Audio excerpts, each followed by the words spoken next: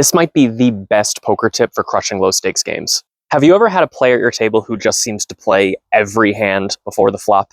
If you've spent a lot of time at low stakes poker tables, you probably know the type. They're the players who limp in with any two cards, they call raises with trashy hands, and they rarely seem to do anything tricky. There's a really easy two-step adjustment you can make to absolutely siphon chips off of these players. Here are the two things you need to do whenever you spot one of these loose and passive players at your table. Number one is to raise bigger pre-flop, and number two is to adjust your raising range to include more high card hands and fewer speculative hands. Let me explain further with an example. I was playing a 1-2 cash game, and there was an older gentleman sitting in early position when I first sat down. He limped in for $2 in the very first hand that I saw him play.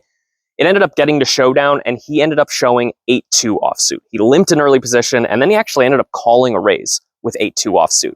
My eyes lit up because I was ready to implement that two-step adjustment. First, whenever this player limped or when he was in the big blind, I jacked up my raise sizes considerably. I normally raised to $10 in this particular 1-2 game. Whenever this guy was in the mix, I was going to 15 or 20. This first part of the adjustment allows me to get a ton of money into the pot with my superior range against this weak player who's calling with all sorts of garbage hands. But I also need to adjust my raising range. High card hands in particular, like King 10 suited or Ace Jack offsuit, shoot up in value against these loose players.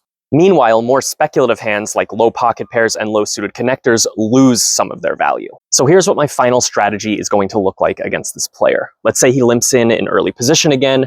I'm going to raise it up with all my decent pairs, sixes and higher, I suppose, and then all of my decent high card hands like 10-9 suited, Jack 10 suited, King Queen offsuit, Ace 10 offsuit, and the like. When I have a speculative hand like pocket threes or Ace 7 suited, I might just limp behind this player, get in for cheap, and try to hit something big.